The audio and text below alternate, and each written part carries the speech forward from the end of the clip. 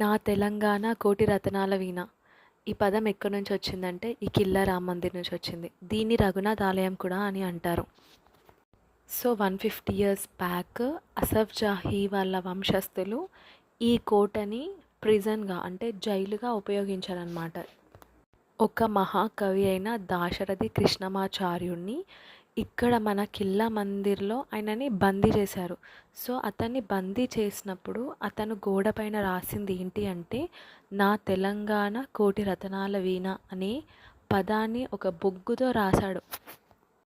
దీన్ని ప్రిజన్గా 1947 నుంచి 2009 వరకు దీన్ని జైల్లాగే వాడుకున్నారు. కాకపోతే అక్కడ ప్రజలు ఎక్కువ అవ్వడంతో ఏం చేశారంటే దీన్ని ప్లేస్ చేంజ్ చేశారు. ఎక్కడికి అంటే సారంగపూర్ దగ్గర ఉన్న ఒక జైల్లోకి దీని ప్లేస్ చేంజ్ చేశారు.